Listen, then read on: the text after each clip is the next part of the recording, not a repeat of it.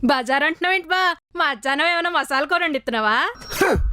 24 గంటలు food bed phone బతకడానికి ఏమి చేయబుద్ది ఏంటే నీకు? We only need 5 M's to live. ఎంసా Memes, music, movies, Monday and men.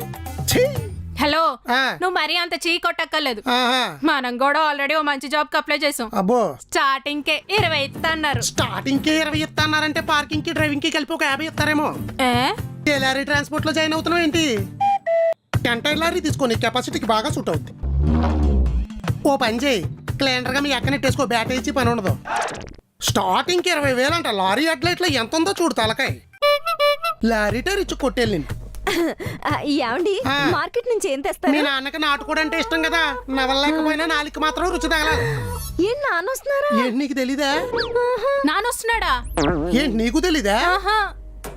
Hanumantharao గారు హఠాత్తుగా వస్తున్నారంటే ఏ హార్ట్ అటాక్ తెప్పించే పని పట్టుకుని వస్తుంటాడు. ఎవరు? హనుమంతరావు అంటేనే ఎటాక్, ఎటాక్ అంటేనే హనుమంతరావు. అయ్యో బాబాయ్, సాయి కుమార్ డైలాగ్. మావయ్య గారు రాత్రి కదా ఫోన్ చేశారు, పొద్దున్నే దిగిపోయారేంటి? హనుమంతరావు అని పేరెట్టారు కదా అని గాలి ఎగురుకుంటా వచ్చేసారా ఏంటి? సంజీవిని తీసుకురావడానికి హనుమంతుడు సముద్రాన్ని దాటాడు. నా కూతురిని చూడడానికి కిలోమీటర్లు దాటం ఈ హనుమంతరావుకి పెద్ద పనేంటి అల్లుడు? పేరు సార్థకం చేశారు. ఎంతకే ఎందుకు దిగారు? ఎక్కడికో వెళ్తున్నట్టున్నావు? నీకోసమే. జర్నీ చేసి వచ్చి వీక్ అయిపోతారు కదా, జంతువుని తెద్దామని. మటనా కావాలా? తెచ్చేయి. తెచ్చేస్తాను, కుమ్మేద్దాం. బావ కూడా వెళ్ళి బోటి కూడా ఏం చచ్చు కదా. సరే.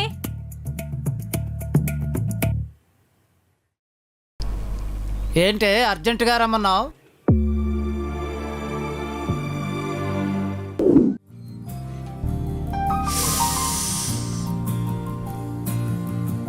ప్రతి సంవత్సరం పుట్టినరోజు చేసుకోవడానికి నువ్వేమన్నా పసిపిల్లవా అన్నారు?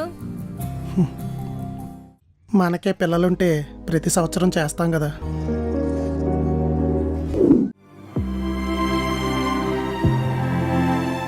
భర్త కాబట్టి ప్రాబ్లం నాలో ఉన్న బాధ్యతగా భరిస్తున్నాడు.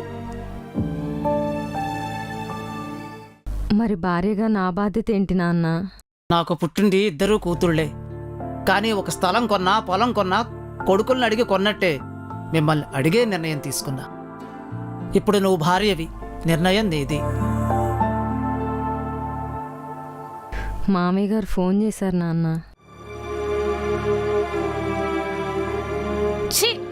ఇండి ట్రాఫిక్ కోడ్ పట్టేసుకుని బుల్లెట్ లాగేసుకోవాలి, సగం దరిద్రం వెళ్ళిపోద్ది. ఏంటి నువ్వు వెళ్ళలేదా? ఏంటి వెళ్ళేది? ఎప్పుడు వెనకాలే కూర్చోాలా? బుల్లెట్ డ్రైవ్ చేస్తా అంటే తోసేసి వెళ్ళిపోయాడు. నాన్న ఊ నుండి ట్రాక్టర్ తెప్పించు నాన్న, అన్ని తొక్కించి పడేస్తాను. ఆ తొక్కించేదేదో పొలంలో తొక్కించు, 4 గింజలైనా పడతాయి.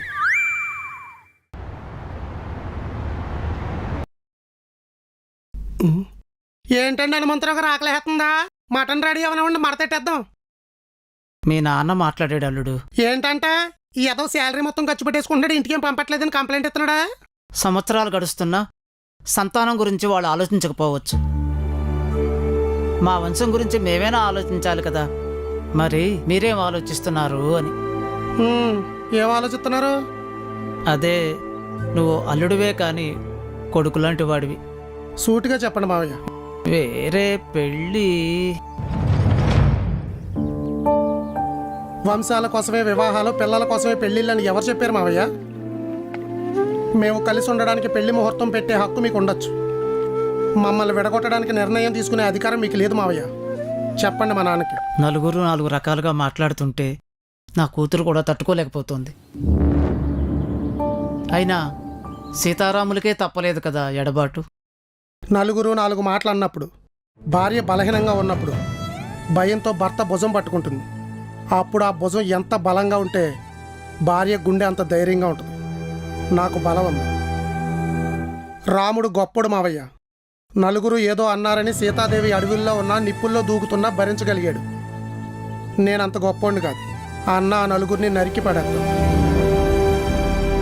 అయినా రామాయణాన్ని కలిసి ఉంచడానికి చెప్పండి, విడదీయడానికి కాదు. మన కాంట్రవర్సీని దాటి కాంట్రవర్సీ చేయగలరా మీరిద్దరు? I thought I should title this episode God does not censor. Yes. నాకు ఎందుకు సార్ బాబులు చేసేటప్పుడు ఇలాంటి మంచి కామ్ ఆఫీస్ ఎందుకు లేదు మాకు? అప్పుడు డబ్బులు లేదు.